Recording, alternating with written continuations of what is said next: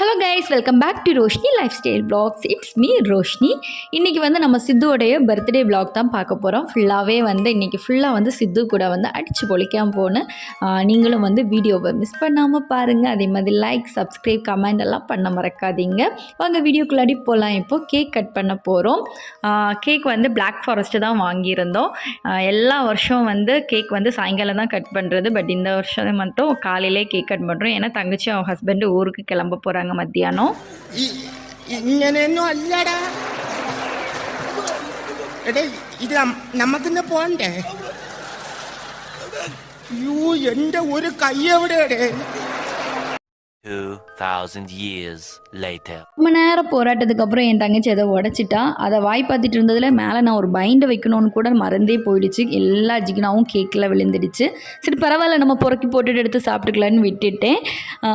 சித்து வந்து எப்போவுமே வந்து அப்பா அம்மா கூட தான் வந்து பிறந்தநாள் கொண்டாடுவான் எல்லா வருஷமுமே. இந்த வருஷம் வந்து நாங்கள் பிறந்தநாளுக்கு வேண்டி மட்டும்தான் ஊருக்கே வந்தது. இல்லைன்னா அவங்க ஊருக்கு சேலம் வந்துடுவாங்க. இந்த வருஷம் சூப்பராக வந்து கொண்டாடினோம். ஆனால் என்ன கொஞ்சம் சிம்பிளாக கொண்டாடிட்டோம். ஏன்னா ரொம்ப டைமே கம்மி எங்களுக்கு. ஏன்னா நாங்கள் வந்ததும் ரொம்ப லேட்டு ஊருக்கு. அப்புறம் நேற்றுக்கு கோவிலுக்கெல்லாம் போயிட்டு வந்தபோது ரொம்ப லேட் நைட் ஆகிடுச்சு.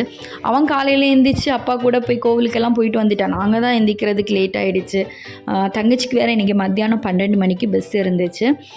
ஸோ சிம்பிளாக கேக் மட்டும், டெக்கரேஷன் எதுவுமே பண்ணுறதுக்கு எங்களுக்கு ஞாபகமே இல்லை. கேக் கட் பண்ணிட்டு தான் யோசித்தோம், ஐயோ டெக்கரேஷனுக்கெல்லாம் வாங்கி வச்சுருந்தோம், எதுவுமே டெக்கரேஷன் பண்ணவே இல்லைன்னு அப்புறம் தான் ஞாபகமே வந்துடுச்சு. சரி பரவாயில்ல, அடுத்த வருஷம் பார்த்துக்கலான்னு சொல்லிவிட்டு கேக்கெல்லாம் கட் பண்ணியாச்சு. சித்துவுக்கு வந்து லட்சும் விமலும் வந்து ஒரு ஸ்கேட்டிங் வாங்கி கிஃப்ட் பண்ணியிருந்தாங்க. அவனுக்கு ஸ்கேட்டிங்னால் ரொம்ப பிடிக்கும். ஸோ அவனுக்கு அது ஒரு பெஸ்ட்டு கிஃப்டாக இருந்துச்சு. நாங்களும் ஒரு கிஃப்ட் பிளான் பண்ணியிருக்கோம். பட் என்ன கொஞ்சம் லேட்டாக தான் கிடைக்கும். நாங்கள் வாங்கி கொடுக்கும்போது கண்டிப்பாக நான் அதை உங்களுக்கு வந்து வீடியோ போடுறேன்.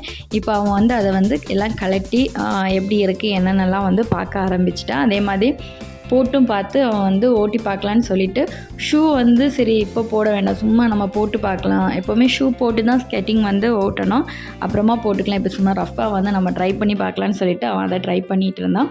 அவனுக்கு அது ரொம்ப பிடிச்சிருந்துச்சு. இந்த பிரேக் பிடிக்கிறதுக்கெல்லாம் சூப்பராக கொடுத்துருந்தாங்க இந்த தடவை. கண்டிப்பாக அவனை வந்து ஸ்கேட்டிங் கிளாஸுக்கு நம்ம விடணும். இனி 1 hour later.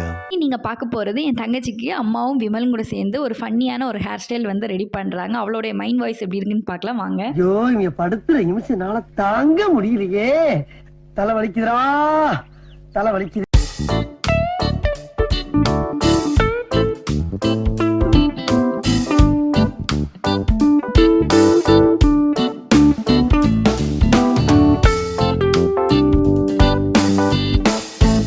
ஆளை பார்த்தா டம்மி பீஸா இருக்க, பயங்கரமான ஆளா இருக்கேடா.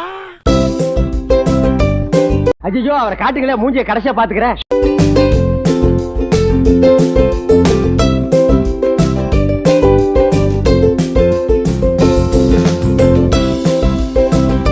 தங்கச்சியெல்லாம் கிளம்பிட்டாங்க. நாங்கள் வந்து ஆற்றுக்கு போய் நல்ல ஒரு குளியலெல்லாம் போட்டுட்டு இப்போ எங்கே கிளம்பிட்டோன்னா குடித்துறையில் இருக்க லக்ஷ்மி தேட்டருக்கு தான் படம் பார்க்க வந்திருந்தோம். அயலான் மூவி. இந்த தேட்டரில் நான் லாஸ்ட்டாக எப்போ வந்தேன்னா படையப்பா மூவி போட்டிருந்தப்போ வந்திருந்துச்சு. அதே டைமில் தான் தெங்காசிப்பட்டினம் மலையாளம் மூவியும் போட்டிருந்தாங்க. ஸோ இந்த படம் பார்க்குறதுக்கு மட்டும்தான் இந்த தேட்டரில் எத்தனையோ வருஷத்துக்கு முன்னாடி வந்தது அப்பா அம்மா கூட. இப்போ திரும்ப என் ஹஸ்பண்ட் கூடயும் என் பையன் கூடயும் வந்தப்போ அது ரொம்ப ஹாப்பியாக இருந்துச்சு. இத்தனை வருஷத்துக்கு அப்புறம் இந்த தேட்டருக்கு வந்திருக்கோமேன்னு சொல்லிட்டு. ஆனால் தேட்டரெல்லாம் சூப்பராக இருந்துச்சு. உள்ள லைட் எஃபெக்ட்ஸ், அதே மாதிரி சீட்டெல்லாம் நல்லா கம்ஃபர்டபுளாக, சவுண்ட் எஃபெக்ட்ஸ் எனக்கு ரொம்ப பிடிச்சிருந்துச்சு. சேலத்தை விட இங்கே சவுண்ட் எஃபெக்ட்ஸ் இருந்துச்சு. ஆனால் என்ன சின்னதாக ஒரே ஒரு மிஸ் பண்ணியிருந்தோம்.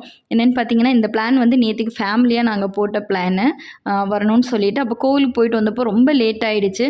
அப்பா சொன்னாங்க ஒரே ஒரு நாள் வருவீங்க, சரி எங்கள் கூட ஃபேமிலியாக டைம் ஸ்பெண்ட் பண்ணலாமேன்னு சொன்னார். அவர் சொன்னதும் கரெக்டாக இருந்துச்சு. ஏன்னா நம்ம ஒரே ஒரு நாள் தானே இருக்கிறோம், சரின்னு சொல்லிட்டு ஃபேமிலி கூட டைம் ஸ்பெண்ட் பண்ணோம். பட் அடுத்த நாள் மூவிக்கு வந்தபோது ஐயோ தங்கச்சியும் விமலெல்லாம் இருந்தால் இன்னும் ஜாலியாக இருந்திருக்குமே, தனியாக வந்து பார்க்குற மாதிரி இருக்கே, ரொம்ப கஷ்டமாக இருந்துச்சு எங்களுக்கு. சரி பார்த்துக்கலாம் இன்னொரு நாள்னு சொல்லிட்டு மனசை தேத்திக்கிட்டேன். ஸ்நாக்ஸ் பார்த்தீங்கன்னா பப்ஸும் வாங்கியிருந்தோம். அப்புறம் வந்து ஐஸ்கிரீம், எனக்கு பப்ஸு பிடிக்காது, ஸோ நான் ஐஸ்கிரீம் தான் சாப்பிட்டேன். படம் எல்லாம் சூப்பராக இருந்துச்சு. அவங்களும் இருந்தால் இன்னும் ஜாலியாக இருந்திருக்கும்னு மனசில் நினச்சிக்கிட்டேன். அதுக்கப்புறம் வந்து சாயங்காலமாக வந்து சுசீந்திரம் டெம்பிளுக்கு வந்திருந்தோம். கன்னியாகுமரி பக்கம் இருக்கிற கோவிலுக்கு வந்திருந்தோம். அம்மா வரல, நாங்கள் மட்டும் வந்திருந்தோம். இங்கே வந்து வீடியோஸ் அலௌட் இல்லாததுனால ஃபோட்டோஸ் மட்டும் எடுத்துகிட்டேன். இன்னொரு அடுத்த ஒரு vlogல பார்க்கலாம். பாய்.